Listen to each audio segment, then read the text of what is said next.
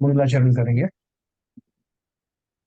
ओम नमः सिद्धेभ्य जय श्री ओम नमः सिद्धेभ्य जय श्री ओम नमः सिद्धेभ्य।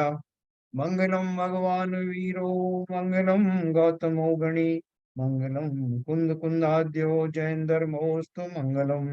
सर्वमंगल मांगल्यम सर्व कल्याण कारकम प्रधानम सर्वधर्माणां जयनं जयतु शासनम। जैनम जयतु शासनम जैनम जयतु शासनम। तो हमारा 11वां ग्रंथ में शुभ चंद्राचार्य जी ने 28वें सर्ग के अंतर्गत पदस्थ ध्यान का वर्णन किया है, जिसके हम लोगों ने लगभग 90 तक जो है वह पढ़ लिए। 90 क्या, 102 तक पढ़ लिए है ना। अभी इसके बारे में हम लोग और आगे पढ़ेंगे। हो सकता है आज इसका पूरा समापन हो जाए, तो मैं आपको इसमें बहुत सारे थोड़े रहस्य हैं इस मंत्र लोक में, वो मैं आपको बताऊं।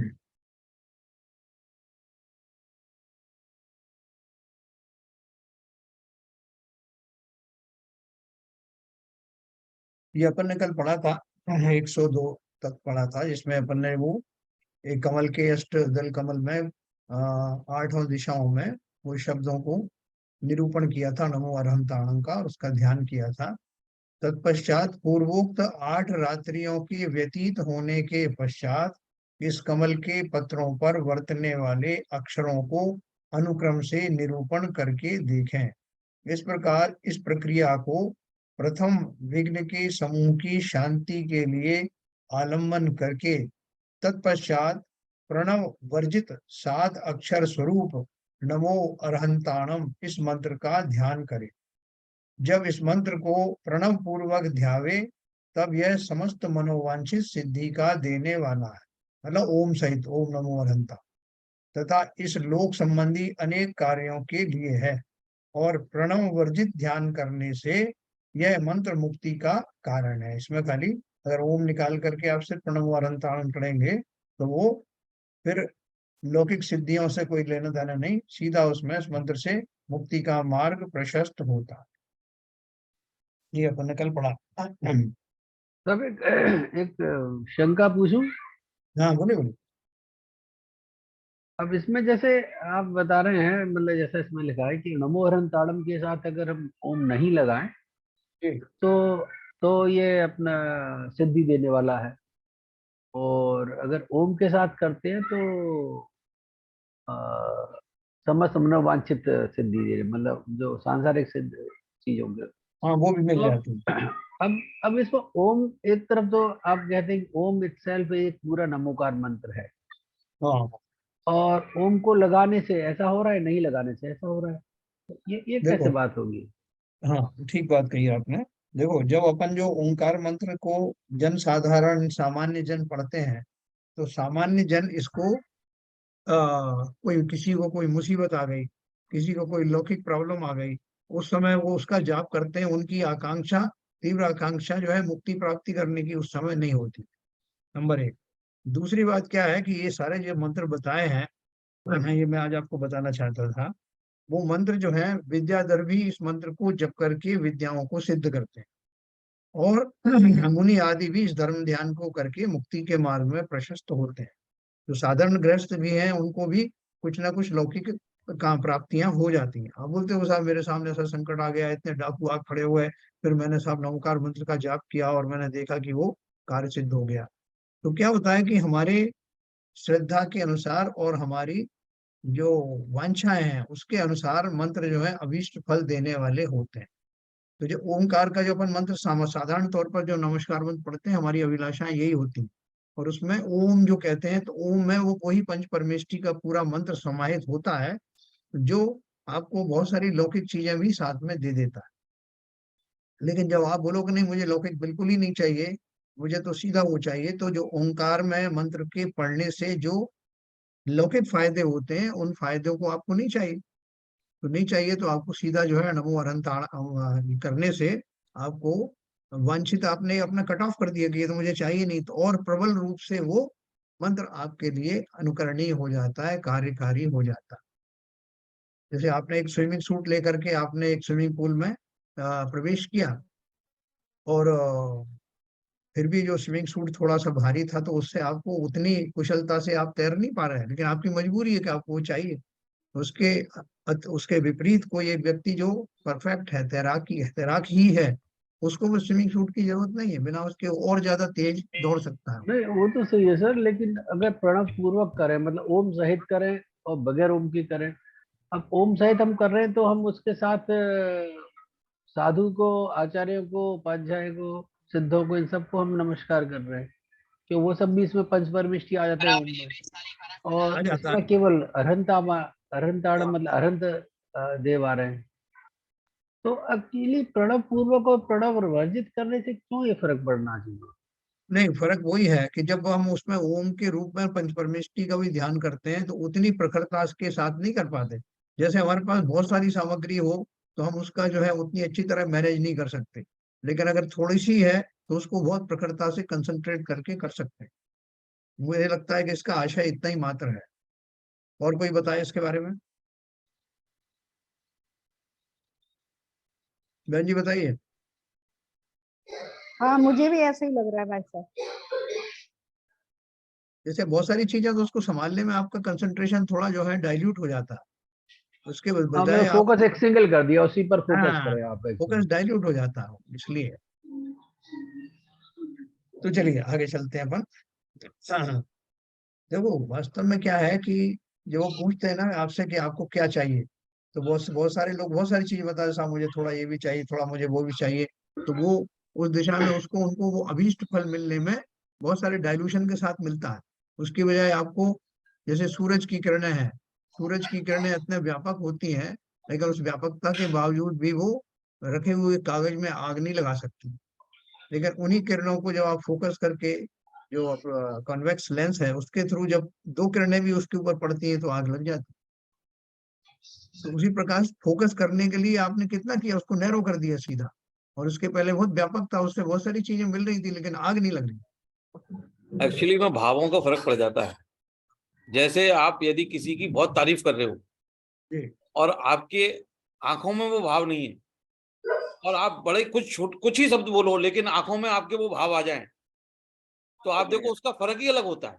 कुछ ज्यादा बोलने की जरूरत ही नहीं पड़ती है। सही कहा। बहुत सारे एग्जाम्पल है ये। यस, यू आप राइट। जैसे जब आप जब नमो अंतरम नमो अंतरम जब आप करते हो, तो मतलब एक तरीके से पूरा उदीप्तमान हो जाता है पूरा वो वातावरण ऐसा, आप उसमें खो जाते हो। आपको ओम लगाने की जरूरत ही नहीं पड़ती मतलब। लेकिन हाँ, शुरू में हो सकता है श्रावकों को ओम नमो अंतरम बोलने में ज्यादा वो रहेगा। श्रावकों के अंदर में बहुत सारी विविधताएं छुपी खाना होती खा लो। 3 पराठे बनवाए थे इसने मुझसे, और फिर बहन जी उसके आपका बाद म्यूट म्यूट करिए, आपका नहीं, यहाँ पराठे खाने वाले खड़े हो जाएंगे।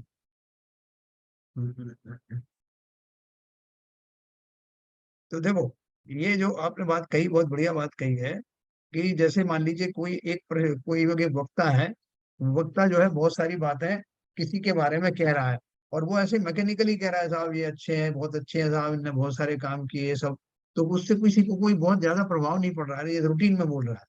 लेकिन किसी व्यक्ति ने कोई स्पेसिफिक बात कही और दो शब्दों में ही कही, जो उसके एक्चुअल अचीवमेंट है, तो पूरे लोग जो है उससे प्रभावित हो जाते हैं। तो इसी तरह से जो थोड़ा तो आपका और ज्यादा तो अन्य को, वो वाली बात है। और जितने भी गृहस्थ होते हैं, श्रावक होते हैं, उनके अंदर में बहुत सारी मनोकामनाएं बैकग्राउंड में चलती रहती हैं। इसलिए वो जो ओंकार का जो जाप देते हैं, पंच परमेष्ठी का, हम इसलिए तो करते हैं ओंकार, ओंकार बार बार करते हैं। कहीं बैठे हुए हैं, आपका कोई किसी प्रियजन का जो है ऑपरेशन होने वाला है, फिर नमो अनंताणम नमो सीताम, काय का नमो अनंताणम भाई? नहीं साहब, वो ऐसा पढ़ते हैं जब कोई ऑपरेशन होता है, और जब मेरा भी होगा तब मैं भी पढ़ूंगा, तब भी पढ़ूंगा। तो वहाँ हमारी जो वांछा है ना, कि नहीं साहब ये तो मैं अपने लिए थोड़ी कर रहा हूँ, मैं तो अपने प्रियजनों के लिए कर रहा हूँ, उसको कुछ ना हो जाए, किसी के लिए भी कर रहे हो, उसमें कहीं ना कहीं सांसारिक उपलब्धियों की कामना छुपी होती है। तो वहां अगर आपको उतना व्यापक करना है, तो फिर मुक्ति का मार्ग मिलेगा तो सही, लेकिन उतना कंसंट्रेशन के साथ नहीं मिलेगा। ये है इसका। ठीक है सर, आगे चले। 103 में चलेंगे। स्मर मंत्र पदम वान्यजन्म संघात घातकम रागाद्युग्रत मस्तक मस्तोम प्रध्वंसर विमंडलम।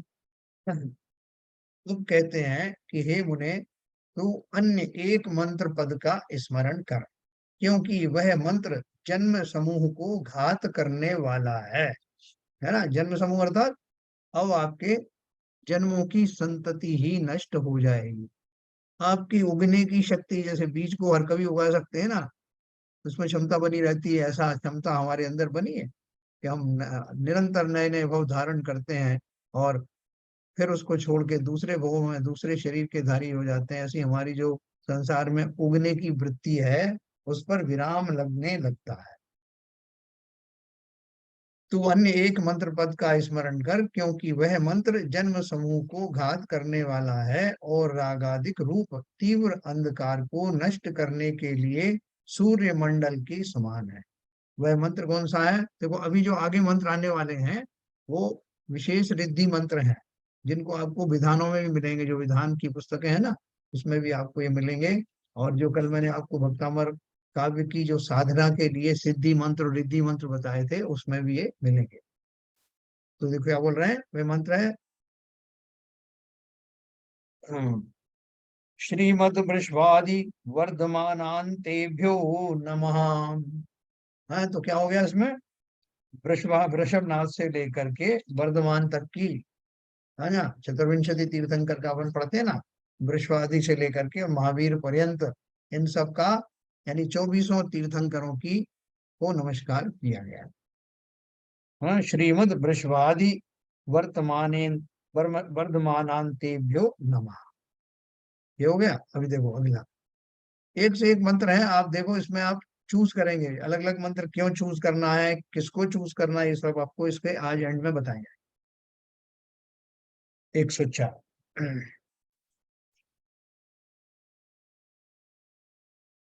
मनः कृत्वा सुनिष्कंपम ताम विद्याम पाप भक्षणीम स्मर सत्वोपकाराय या जिनेन्द्र ही प्रकीर्तिता।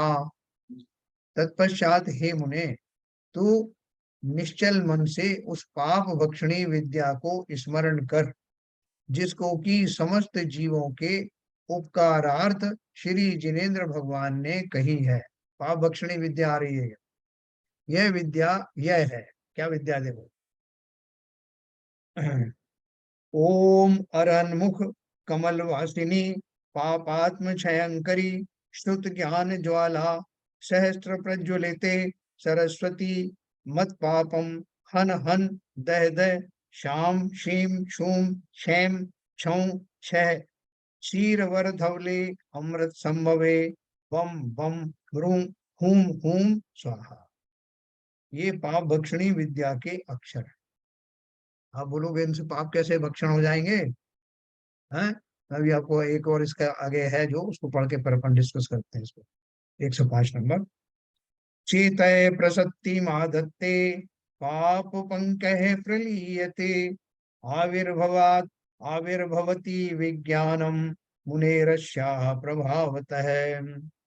इस पाप भक्षणी विद्या के प्रभाव से मुनि का चित्त प्रसन्नता को धारण करता है।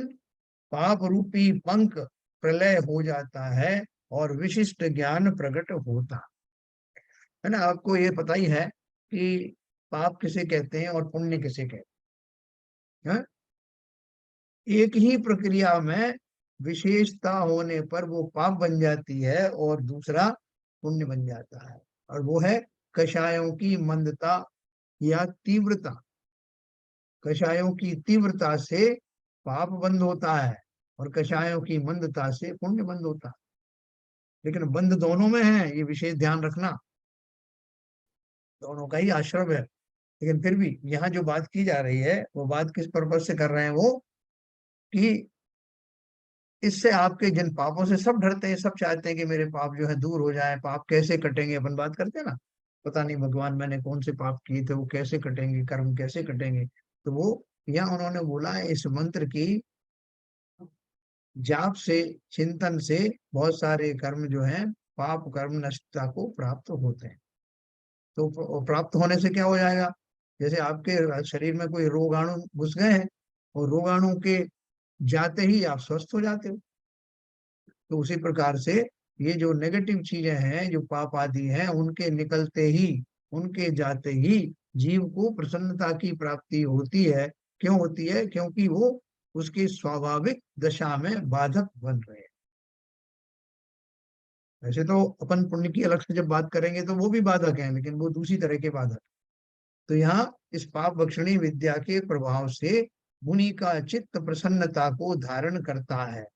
पाप रूपी पंख यानी कीचड़ प्रलय हो जाता है, यानी नष्ट हो जाता है, और विशिष्ट ज्ञान प्रकट होता है। देखो, आपकी हमारी सबकी जो क्षयोक्षम चल रहा है ज्ञान का, विशेष चल रहा है।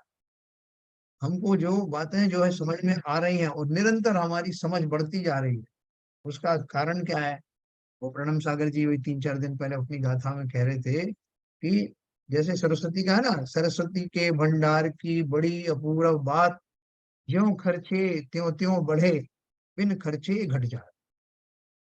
है ना? ज्ञान जितना आप बांटोगे उतना ज्ञान आपका और बढ़ेगा। उसमें आप ये मत सोचना कि इसको ज्ञान दे दिया तो मेरी बराबरी पा जाएगा। जितना आप उस ज्ञान को व्यापकता से फैलाएंगे, निरपेक्ष भाव से फैलाएंगे, विनय पूर्वक फैलाएंगे, उतना आपके ज्ञान में वृद्धि होगी। ये सीधा नियम है। तो यहाँ जितना जितना हम जो ये स्वाध्याय वगैरह कर रहे हैं, आप देखेंगे कि पहले हमको वो वही ग्रंथ समझ में आते नहीं थे, वो बातें ही समझ में नहीं आती थी, लेकिन आज हम आगे से आगे अर्थ निकालने में समर्थ हो गए। हम बराबरी से पार्टिसिपेट करने को समर्थ हो गए। आचार्यों ने क्या कहा, उनके मंतव्य को समझने में समर्थ हुए। तो कैसे हुए? ये एक विशेष चीज है। जितना जितना, जैसे अपन वो तप तप रिद्धि के बारे में पढ़ते हैं ना, कि जितना जितना तप करते हैं मुनिराज, उनकी तप करने की क्षमता और बढ़ती जाती है। अपन पढ़ते हैं ना वो लास्ट में रिद्धि पर मंत्र पाठ में। उसी तरह से ये जो उन्होंने बोला ना कि पाप का नाश हो जाएगा, पाप के नाश से मुझे क्या करना है, मुनिराज तो वास्तव में उसकी चिंता भी नहीं करते। क्यों नहीं करते? क्योंकि वो ऐसा कोई मैकेनिज्म तो है नहीं कि मैंने सामने देखा पाप का ढेर लगा हुआ है, सो उठा करके और तगाड़ी में भर भर के फेंक आया। वो सब तो है नहीं। वो जानते हैं कि इसका उद्गम क्या है। ये पापों का जो इतना बड़ा बड़ा भंडार आया है, मेरी ही खोटी वृत्तियों के कारण आया। तो मुझे क्या करना है? अपनी वृत्तियों को सुधार लेना है। पाप हो या पुण्य हो, वो तो अपने आप छिन्न भिन्न हो जाने वाले। ये उनको उसका उसका रीजन मालूम है, उसका कारण मालूम है, और सोर्स मालूम है। तो इसलिए वो जो ये पाप भक्षणी विद्या है, वो विद्या दूर नहीं करती। वास्तव में उस विद्या में आए हुए शब्द, उनसे जनरेट होने वाले वाइब्रेशन के कारण मेरी जो मनोदशा में सुधार होता है, वही इसका पापों को दूर करने में कारण बनती है। सारे मंत्रों में वास्तव में यही है, उसमें मन जुड़ा हुआ है। हाँ, जैसे बोलिए। अपने गत पुराने समय में हमने रियलाइज किया कि कुछ तो हमसे पाप हुए हैं, जी। और हमको वो घटनाएं याद आती रहती हैं, और उन घटनाओं से हम याद होके विचलित होते रहते हैं कि ये इसका कैसे निराकरण होगा, ये तो कर चुके हैं हम लोग, और लेकिन आगे की दशा में हम अच्छे हो गए हैं। तो मे बी इस मंत्र को जब हम पढ़ते हैं और उसका बार बार उच्चारण करते हैं, तो हमारा जो रॉर्थ ध्यान है, थोड़ा सा जो आर्त ध्यान है, उस वो एकदम चला जाता है, और हम निश्चिंत होके कहते हैं कि भाई अब जो किया था वो हम उसके लिए हम वो कर रहे हैं। तो ये मतलब जो आप अभी बात बोल रहे थे कि जो भावों में एक जो अपने मंत्रों के पढ़ने से, उसके उच्चारण से जो मन में जो दृढ़ता आती है, वो ही प्रभावशाली होती है बेसिकली। वो सही। जितनी अच्छी रहेगी, जितनी दृढ़ता आएगी, उतना ही प्रभाव ज्यादा होगा उसका। देखो, आपने पहले एक इलेक्ट्रिक मैग्नेट था, उसका स्विच ऑन कर दिया। तो स्विच ऑन करने से उसका करंट जब उसमें आया, तो उसमें जो लाइन ऑफ फोर्सेस जो है वो पैदा हुई, और वो उस चुंबकत्व के कारण से आसपास रहने वाले लोहे के कण वायु में या कहीं भी थे, वो सब उड़ उड़ करके उसमें चिपक गए। अब आपने क्या किया कि उसको ऑफ कर दिया। तो ऑफ कर देने से क्या हुआ? अब जो लोहे के कण है नवीन, जो अभी इधर उधर घूम रहे हैं, वो आके तो चिपकने वाले हैं ही नहीं, बल्कि जो पहले से चिपके हुए थे, वो भी धीरे धीरे करके नीचे गिर जाएंगे। ठीक इसी प्रकार से इस प्रक्रिया में मंत्र आदि की माध्यम से निर्मित होने वाली मेरी मनोदशा इतनी पावरफुल हो गई है कि नवीन कर्म का बंध तो रुक ही जाता है, साथ में सत्ता में पड़े हुए कर्म भी निर्धारित होने लगते हैं। मंत्रों ने क्या किया? अगर मैं मंत्र को सिद्ध करने के भाव से या उसके चिंतन के भाव से कंसंट्रेट होकर के कर रहा हूं, तो मेरी वो नेगेटिविटी जिसके कारण वो कर्म सत्ता में बने हुए थे जिनके कारण वो आए थे, जिनके कारण वो सत्ता में बने हुए थे, अब मेरे उस जाति के भाव रहे नहीं, बल्कि इतने प्रखर हो गए वो कि वो सत्ता में जो मौजूद है उनको भी निकाल बाहर करने में समर्थ हो गए। इतने पॉजिटिव मेरे भाव हो गए। और कैसे हुए? मंत्रों ने नहीं कराया, मंत्र के साथ जुड़ा हुआ मेरा मन, उसमें उठने वाली वो भाव रूपी तरंगें जो इन निमित्तों के माध्यम, मंत्र रूपी निमित्त के माध्यम से जो सक्रिय हो गए, उनके कारण ये कमाल हो रहा है ना। जैसे ये भी तपस्या का भाग है ना, ध्यान नाम का तप कौन सा तप है? अंतिम तप है। तो क्रिश्चियनों तो में वो तो अपना यदि अपना गुनाह को फादर को जाके बता देते हैं चुपचाप, तो उसी में ही मान लेते हैं कि भाई ये उनके जो उन्होंने पाप किया उनका वो कम हो जाता है। मतलब जी एक जी तो जी उनकी भावना ऐसी है, उनके यहाँ मानना ऐसा है, हम माने ना माने, कि वो अपने फादर को जाके बॉक्स में जाके चेम्बर में जाके उनके कान में बताए आते हैं अपने पाप को। तो उनका जो उससे जो आर्त ध्यान और और्त ध्यान हो रहा है वो कम हो जाता है उनका, वो ऐसा उनका भावना मानते हैं। तो निश्चित रूप से उससे उनको फायदा होता होगा, जब भी वो जा जाके बताते हैं सब लोग लाइन में लग के। तो हमारे यहाँ उस चीज को बहुत अच्छे से किया है कि जैसे आप और हम मंत्रों को उच्चारण कर रहे हैं और अपने भावना बहा रहे हैं कि जो भी हमसे पाप किए हुए हैं और उनका भी, उनको क्षीण करने के लिए भी हमारे पास में एक साधन है। तो मतलब देखिए एक, ऐसा, हाँ आपने सही कहा। ये जो इनका कन्फेसिंग जो होता है क्रिश्चियनिटी में, जो कन्फेसिंग टर्म जो आपने बताया, तो उसमें जाकर के वो बता देते हैं कि मैंने क्या क्या गुनाह किया। तो वास्तव में वो किससे रिजेंबल होता है?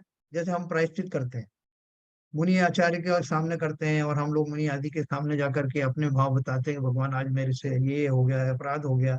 तो हम उन आलोचना पाठ प्रतिक्रमण आदि के द्वारा उन भावों से मुक्त होना चाहते हैं। तो क्या है, ये हमारे यहाँ तो ये थ्योरी बहुत प्रबल है।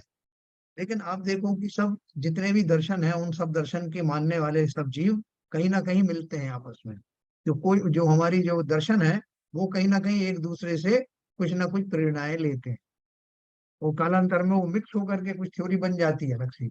उसी प्रकार से क्रिश्चियनिटी में कह लो या इवन मुस्लिम धर्मों में भी कह लो, वो सारे जो जीव हैं एक दूसरे से कोई ना कोई टेक्निक को सुन करके समझ करके उसको अडॉप्ट कर लेते हैं।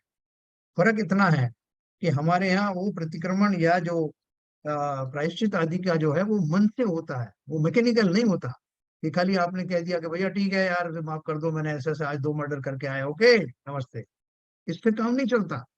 लेकिन वहां उन लोगों ने ये समझ लिया कि मैकेनिकली करने से ही हो जाता है, क्योंकि उनका दर्शन ही इतना सतही है कि वो उस बात को समझ नहीं पाते कि इसका अर्थ क्या है। अपने हृदय को आंदोलित करना, कन्फेस करना कि मैंने आज अपराध किया है, और दोबारा ना करने का संकल्प करना, वो वहां नहीं है। वो बोलते मात्र कह देने मात्र से, शब्दों से वो पाप से मुक्त हो जाते हैं। तो ये हमारे दर्शन का और दूसरे दर्शनों में कुछ तो गया है, लेकिन वो पूरी तरह से लोग उसको समझ नहीं पाए। हिंदू धर्म में बहुत सारी चीजें यहाँ से गई हुई है। बाबा रामदेव तो रोज बोलते हैं कि अरे जैन साधुओं का तो क्या मुकाबला।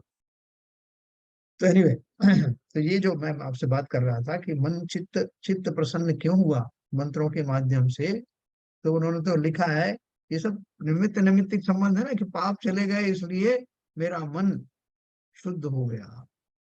अब बोलो कि जिसको मैं कन्फेस करके आता हूँ ना, किसी के सामने कह करके आता हूँ भगवान मैंने आज बड़ा गुनाह किया, मेरे से आज बहुत गलती हो गई, मैं उनसे भी क्षमा मांगूंगा जिनके प्रति मैंने ये किया, अपराध किया।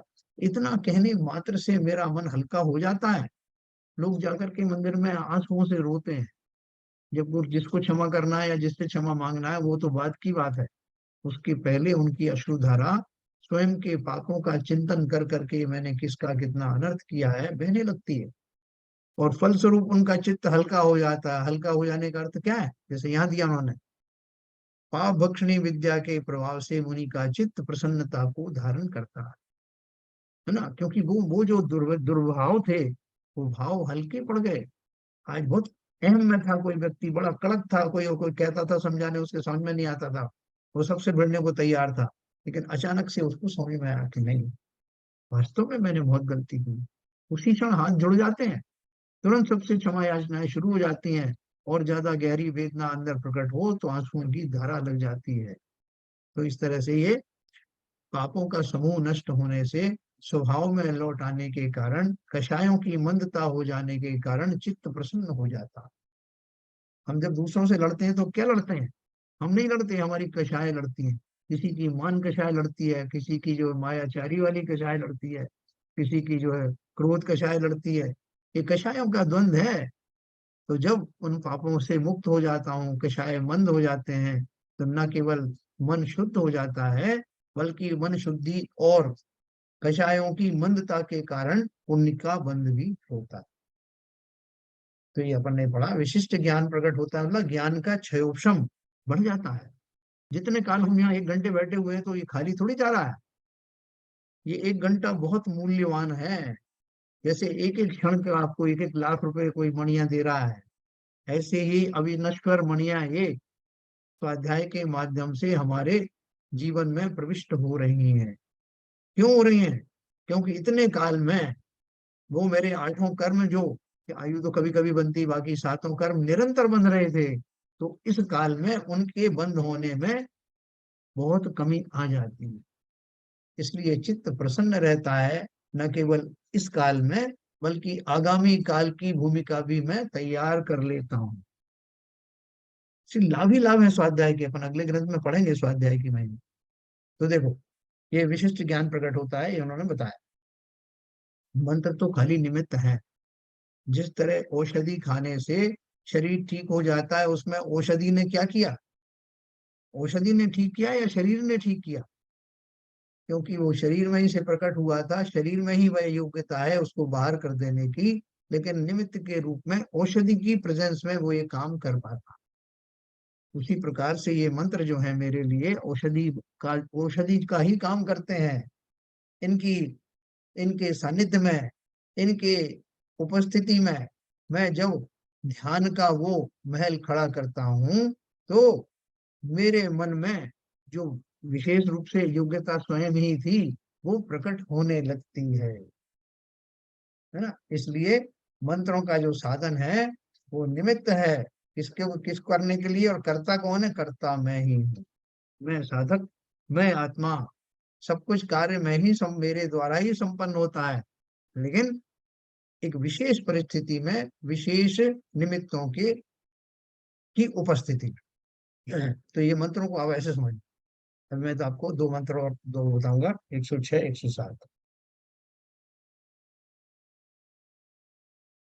मुनि भी संजयंता, मुनि भी संजयंताद्यै विद्यावादात्म मुद मुदधृतम भुक्ति मुक्ते परम धाम सिद्ध चक्राभिगम स्मरेत तस्य प्रयोजकम शास्त्रम तदाश्रित्योपदेशितः ध्येयं मुनीश्वरैर्जन्म महाव्यसन शांतये। तत्पश्चात सिद्ध चक्र नामा मंत्र को संजयंतादिक महामुनियों ने विद्यानुवाद नामा दशम पूर्व से उद्धृत किया है। हाँ, ये पूर्व कौन से हैं भाई? जो द्वादशांग जिनवाणी में 11 अंग तो संपूर्ण है ही, अपन जानते हैं। 12वें अंग के जो भेद हैं उसमें 14 पूर्व भी आते हैं। तो उन 14 पूर्व में से कौन से नंबर का है? 10वें पूर्व में से, जो उसका जो पद आदि दिए हैं 10वें पूर्व में, उनमें से इस मंत्र को लिया गया है। हाँ, मतलब कितनी बड़ी विद्या है ये। आज तो पूर्व का ज्ञानधारी कोई है नहीं। पूर्व का ज्ञान तो बहुत दूर की बात है, अंग अंग ज्ञान ही नहीं है। पहला आचार अंग बखानो, वो सारे जो अंग है अपन ने पढ़े थे, वो कितने कितने पद हैं ये है, और उसमें शॉर्ट में किसमें क्या दिया हुआ है वो विषय वस्तु भी हमने पढ़ी थी। तो यहाँ वो बोल रहे हैं कि एक सिद्ध चक्र नाम का मंत्र है, वो 10वें पूर्व से लिया गया है। सो यह मंत्र भोग और मोक्ष का उत्कृष्ट धाम है। आप बोलोगे साहब बीच बीच में ये आप भोग सामग्री की बात क्यों करते हो आप? क्योंकि अभी इस समय तो मेरा चिंतन ही बदला हुआ है। भाई आपका बदला है, बहुत अच्छी बात है, लेकिन जो दूसरे हैं विद्याधर आदि हैं, उनको इसकी सिद्धि भी करना है तो वो सिद्धि भी हो जाती है। एक मंत्र के जितने जितने फायदे वो सब बताए जा रहे हैं, आपको जो अच्छा लगे वो कर लेना। यह मंत्र भोग और मोक्ष का उत्कृष्ट धाम है, इसका ध्यान करें। इस सिद्ध चक्र मंत्र के प्रयोजक शास्त्र का आश्रय लेकर उसके उपदेश से जन्म रूप महाकष्ट की शांति के लिए मुनीश्वरों को ध्यान करना चाहिए। इसके अक्षराधिक का विधान उसके प्रयोजक शास्त्र से जानना। अभी आपको बहुत सारे शास्त्र ऐसे मिलेंगे दोनों परंपराओं में, श्वेतांबर दिगंबर दोनों परंपराओं में, जिनमें इनका पूरा विशद विवेचन किया गया है कि इसमें कैसे इनको सिद्ध करना, कैसा यंत्र बनाना, क्या कहाँ स्थापन करना, और कौन से रंग के वस्त्र पहनना, कौन से रंग में वो चिंतन करना, कौन सा सिद्धि मंत्र और कौन सा रिद्धि मंत्र पढ़ना, किस दिशा में मुख करना, ये सारी चीजें विशेष मंत्र की साधना वाली पुस्तकें हैं उनमें दिए गए। या तो हमें संक्षेप में उनका जो वो मिल रहा है, जो वो बोल रहे हैं क्या, तो मुनियों की बात चल रही है और धर्म ध्यान की बात चल रही है, तो मुनियों को और क्या चाहिए। इवन जिन श्रावकों की हम बात कर रहे हैं वो श्रावक भी कोई सामान्य श्रावक नहीं है। उनका नाम श्रावक पड़ा ही इसलिए है कि उन्होंने सम्यक दर्शन पूर्वक व्रत आदि प्रतिमाएं धारण की हैं। ऐसे उत्कृष्ट श्रावकों की बात चल रही है, वो लौकिक कामनाएं कहाँ करेंगे। लेकिन फिर भी जो और विद्याधर आदि हैं, जैसे रावण ने बहुरूपणी विद्या सिद्ध की थी, है कितनी जबरदस्त विद्या थी वो, कि वो उसको एक शीश कटे तो 10 बन जाते थे, और किसी को कोई पहचान में नहीं आने की, उसमें बहुत सारी सामर्थ्य थी। उस विद्या की साधना उतनी ही कठिन थी लगभग जितनी की जीवों को केवल ज्ञान की प्राप्ति में होती है। लेकिन उसने मार्ग क्या चूज किया, इतनी सामर्थ्य होने के बाद भी उसने उसको लौकिक कामनाओं के लिए सिद्ध किया। लौकिक कामनाओं में ये भी सब आता है, उसमें भोजन आदि की बात नहीं है, उसमें ये भी बात है कि मैं फलां फलां पर विजय प्राप्त करूं, मेरा नाम सब जगह फैले, यश आदि की कामना, ये सब लौकिक कामनाओं में आती है। तो यहाँ बोल रहे हैं इस सिद्ध चक्र मंत्र के प्रयोजक शास्त्र उसका आश्रय लेकर उसके उपदेश से जन्म रूप महाकष्ट की शांति के लिए मुनीश्वरों को ध्यान करना चाहिए। जन्मादि के कष्ट कितने हैं, अपन ने वो पढ़ा ना आदिनाथ भगवान की वो जयमाला में, मारी दीन तणी सुन बीनती, है ना, प्रभु गर्भ विषय दुख अब कहे, जट सकड़ाई की ठोर हो, हलन चलन नहीं कर सके ना। और भी बहुत सारी याद नहीं आ, तो जन्म, उसमें जन्म मरण के सारे दुख कितनी गहराई से दिए हुए हैं। तो यहाँ उन्होंने एक शॉर्ट में दिया है बात कि इसके उपदेश से जन्म रूप महाकष्ट की शांति के लिए मुनीश्वरों को ध्यान करना चाहिए। इसका अर्थ ये नहीं कि अगला जन्म हो तो वो शांति पूर्वक हो, उसमें कष्ट ना हो, यानी जन्म हो ही नहीं, यही जन्म मेरा अंतिम जन्म बन जाए। इसके अक्षराधिक का विधान उसके प्रयोजक शास्त्र से जानना, उसमें जो दिए हैं शास्त्र और उसमें आपको ही मिल जाएगा।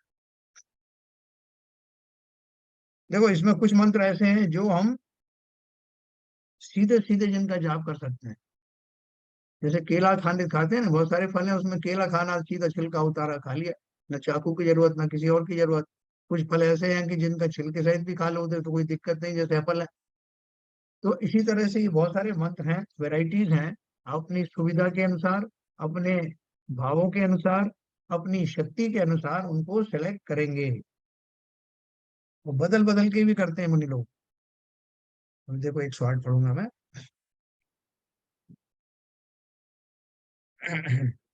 स्मर मंत्र पदाधीशम मुक्ति मार्ग प्रदीपकम नाभि पंकज संलीनम वर्णम विश्वतो मुखम शिवर्णम मस्तकाम्भोजे साकारम मुख पंकजे आकारम कंठ कंठकंजस्थम स्मरोकारम हृदय स्थितम। हे मुने, तू मंत्र पदों का स्वामी और मुक्ति के मार्ग को प्रकाश करने वाले अकार अक्षर को नाभि कमल में चिंतवन कर। है अकार, अकार अक्षर को आगे आया, कैसे दिया आकार है। यह अक्षर सर्वव्यापी है और सी अक्षर को मस्तक कमल पर, आ अक्षर को कंठस्थ कमल में यानी कंठ में विराजमान, उ अक्षर को हृदय कमल पर और सा अक्षर को मुखस्थ कमल पर, ऐसे असी आ उ सा इन 5 अक्षरों को 5 स्थानों पर चिंतवन कर, है ना। उसकी पूरी विधि उन्होंने बताई ना कि आप जो है ना असिया उषा, असिया उषा में क्या है, आ से अरहंत, सी से सिद्ध, बड़े आ से आचार्य, उ से उपाध्याय और सा से साधु। ऐसे 5 अक्षर हैं, उनको उन्होंने बताया किसको कहाँ पर स्थित कमल में उनका चिंतवन करना है। वो चिंतवन करने से आपको विशेष फल की प्राप्ति होगी। 110 नंबर पढ़ेंगे।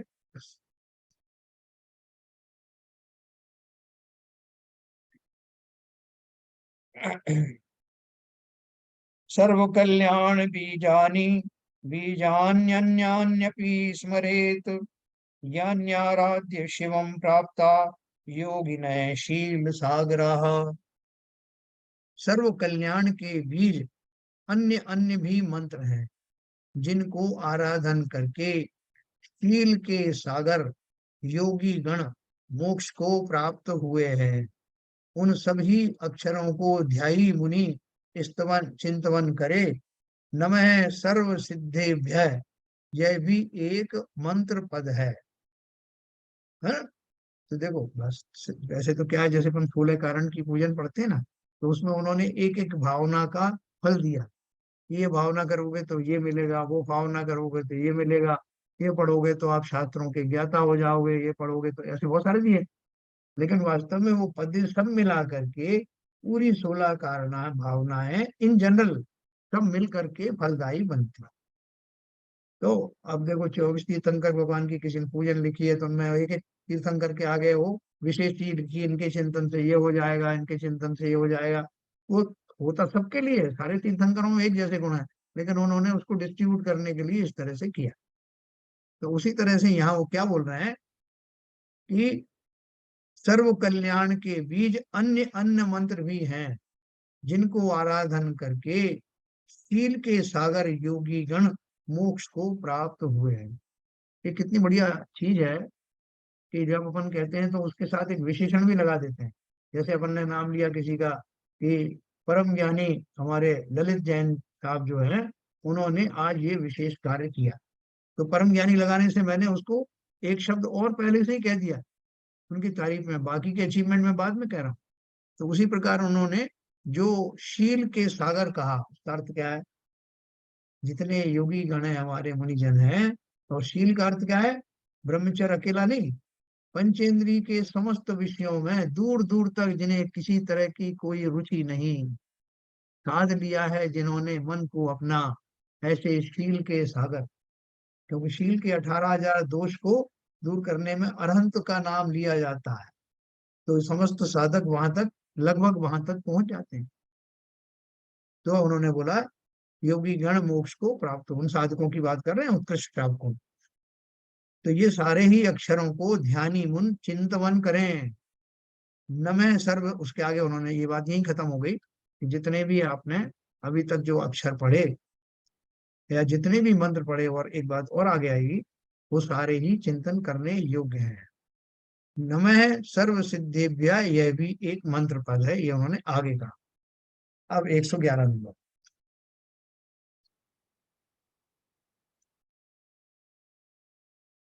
श्रुति सिंधु समुद्भूत मन्य द्वापदम पद्मक्षरम तत्सर्वं मुनिर्ध्येयम् स्यात् पदस्थ प्रसिद्धये।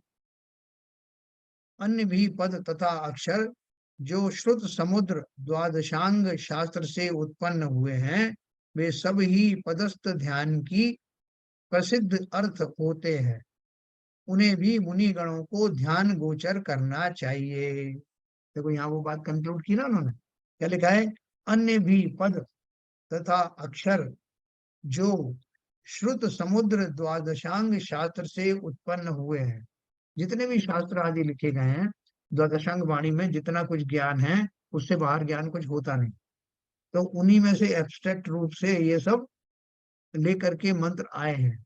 तो वो कह रहे हैं कि जो मुनिगण हैं उन्हें कोई भी मंत्र है या सभी मंत्र हैं बारी बारी से बदल बदल के जिसमें मन लग जाए, जिस समय लग जाए, जिस समय जैसी योग्यता हो उसका चिंतन करना चाहिए। 112 में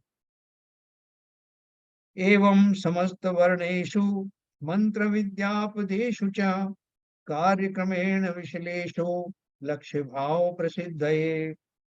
हाँ?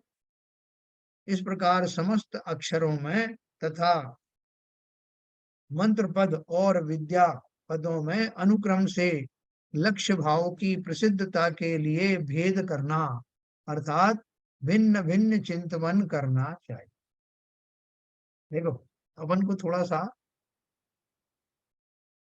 अंदर में विश्वास पैदा करने के लिए, जैसे आपको बताते हैं लोग, आप YouTube पे देखोगे बहुत सारे लिखेंगे ये औषधि कहकर खाने से फला फला चीजें मिल जाती, फिर दूसरा बोला गया इन फलों को खाने से आपको ये चीजें मिल जाएंगी, फिर किसी में आएगा उससे प्राप्त करने से ये आपको जो है ताकत प्राप्त होगी, फिर कोई कोई आपको ये मिल जाएगा कि हमारी एक ही गोली खाइए आप इन सब का लाभ एक साथ मिल जाए। तो फिर अपन जो है, जब जिसने एक एक फल के बारे में, वो उनके गुणों के बारे में पढ़ा है, तो जिस किसी को कोई एक खास बीमारी है या खास चीज अचीव करना चाहता है वो उस फल के गुणों पर विशेष आकृष्ट होता है। और जरूरी नहीं कि वो उस फल में ही हो, दूसरे फलों में भी जो उनके साथ साथ वो गुण भी हो सकते हैं, लेकिन वो स्पेसिफिक देने से हमको लगता है नहीं नहीं मेरी बीमारी के लिए ये ज्यादा ठीक है, क्योंकि इसका वर्णन विशेष रूप से इसके लिए किया गया।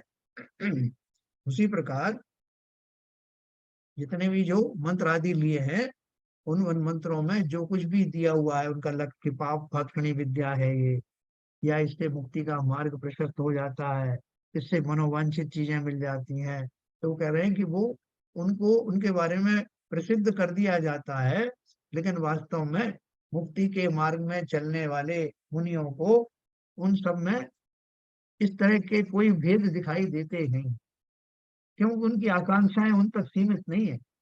उनको तो आप बदल बदल करके मात्र एक ही अभिलाषा के साथ अपने लक्ष्य की प्राप्ति के लिए वो वैरायटी बदल बदल करके करते रहते हैं, आसन भी बदलते हैं। आपने वहां देखा होगा अपना ये जो उदयपुर में अपना 3 मूर्ति है ना, वहां पे एक मुनिराज की फोटो लगी हुई है पुरानी, वो जैसे घोड़े जैसे खड़े हुए थे, उन्होंने तरह तरह के रूप में मुद्राओं में खड़े होकर के तपस्याएं की। आप बोलोगे अब इतनी कठिन जो है मुद्राएं बनाने की क्या जरूरत थी, तो सीधे सीधे बैठे रहते, लेकिन भाव आते हैं कई बार ऐसे।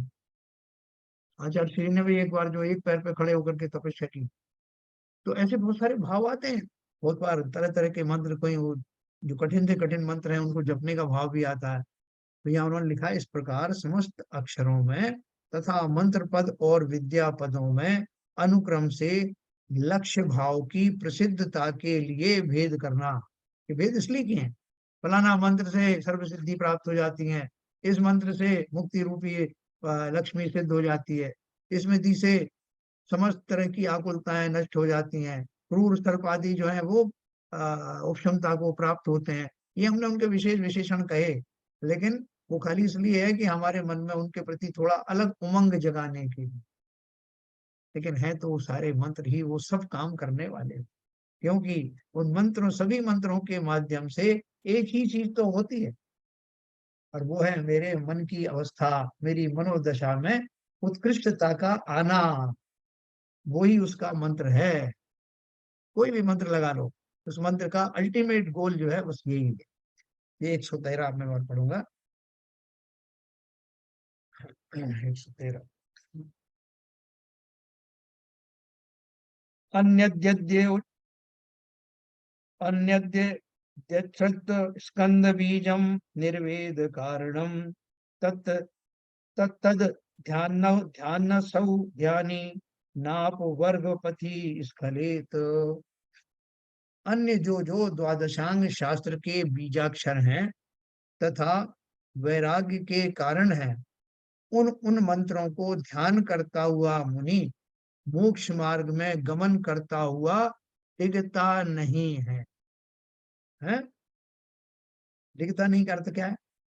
भावार्थ दिया है जो ज्ञान वैराग्य के कारण मंत्र पद व बीजाक्षर हैं, वे सभी मोक्ष मार्ग में ध्यान करने योग्य हैं। जैसे मैंने आपको अभी कहा, क्योंकि उन सब मंत्रों से एक ही चीज सिद्ध हो रही है।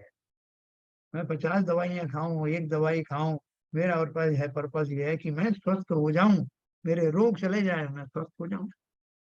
तो कोई कहेगा साहब एक गोली खा लो उससे हो जाओगे, नहीं साहब मेरा क्या है, थोड़ा मन जरा अटका रहता है कि आज पहले एक डोज इसकी खाई, दूसरी डोज इसकी खाई, और ये सोच के खाता हूँ जो उसमें लिखा हुआ है, उसके जो क्या क्या यूजेस हैं उनको पढ़ पढ़ के मैं प्रफुल्लित होता हूँ और एक गोली खा लेता हूँ। फिर दूसरी खाता हूँ, उस समय ऐसा भाव रखता हूँ, ऐसा हो जाता है कि अब इससे मुझे फला फला उपलब्धि मिलेगी। तो ये खाली मन को समझाने की बात है। वास्तव में तो उद्देश्य सभी मंत्रों का एक ही है कि जैसे तैसे मेरी मनोदशा निरंतर टिकी रहे। कई बार हम ऊब जाते हैं ना कि साहब एक ही चीज आ रही है, एक ही जैसा आ रहा है, साहब उसको क्या देखें, क्या उसका चिंतन करें। आज एक सज्जन कह रहे थे कि वो सब रोज रोज जो है वो जिनवाणी चैनल पर, और वो उसमें सीधा एक से वो आ रहा है, अभिषेक हो रहा है, निरंतर हो रहा है, तो उसमें ज्यादा देर मन टिकता नहीं, बोले थोड़ा सा चेंज होना चाहिए। तो ये मानव मन की थोड़ी कमजोरियां हैं कि बदल बदल करके उसे चीज चाहिए, लेकिन अल्टीमेटली गोल मुनियों का वही है, उस पर से टिके रहे, मन में क्षोभ उत्पन्न ना हो, इसलिए मंत्रों में वैरायटीज की है ना। इसलिए लिखा ना, जो ज्ञान वैराग्य के कारण मंत्र पद व बीजाक्षर हैं, वे सभी मोक्ष मार्ग में ध्यान करने योग्य हैं। किसको छोड़ोगे, नहीं आप ये नहीं पढ़ते हैं। तो कल अपन जो है इसको थोड़ा सा और बचाए, 3-4 मंत्र और यहीं पर अपन कल पढ़ेंगे, और इस पूरा मंत्र लोक की जो समरी है उसके बारे में अपन विचार करेंगे। ये मंत्रों का पदस्थ ध्यान से क्या लाभ होने वाला है, वर्तमान जीवन में गृहस्थों को इससे कितना फल मिलने वाला, ये सब अपन कल पढ़ेंगे। हाँ, क्या शैलन जी ठीक है?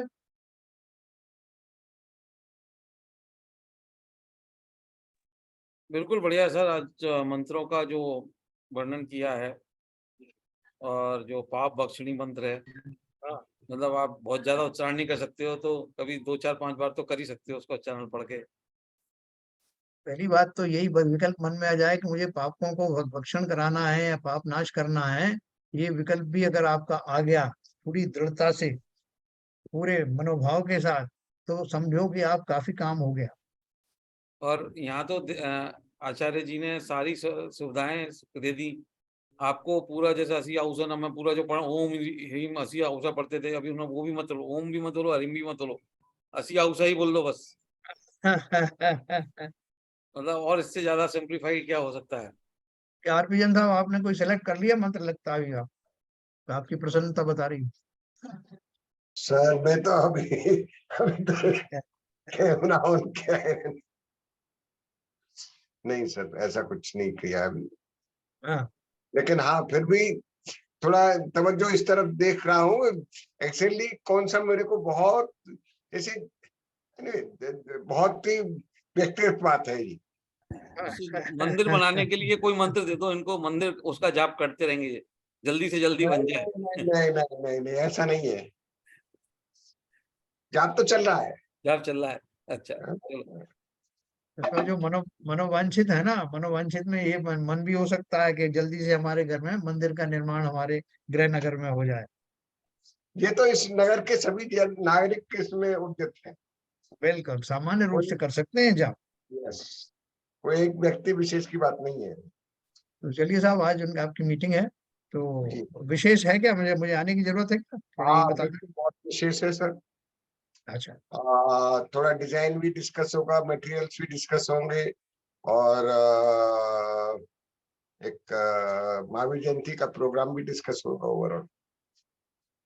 चलिए लेकिन ठीक है, तवज्जो जो है डिजाइन और मटेरियल्स पे है। जिनवाणी स्तुति करेंगे।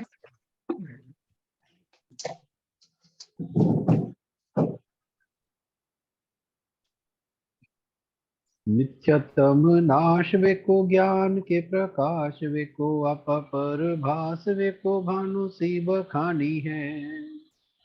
छहो द्रव्य जानवे को बंध वेधि भानवे को स्वपर पिछानवे को परम प्रमानी है। अनुभव बताए वे को जीव के जताए वे को काहू न सताए वे को भव्य और आनी है। जहाँ तहाँ तार वे को पार के उतार वे को सुख विस्तार वे को यही जिन वाणी है। हे जिन वाणी भारती तो हे जपूदन रैन, जो तेरी शरण गए सो पावे सुख चैन। क्या वाणी के ज्ञान से सूझे लोकालोक, सो वाणी मस्तक धरो सदा देते हैं धो, सदा देते हैं धो। जिनवाणी माता की जय। ठीक है। नमो करो।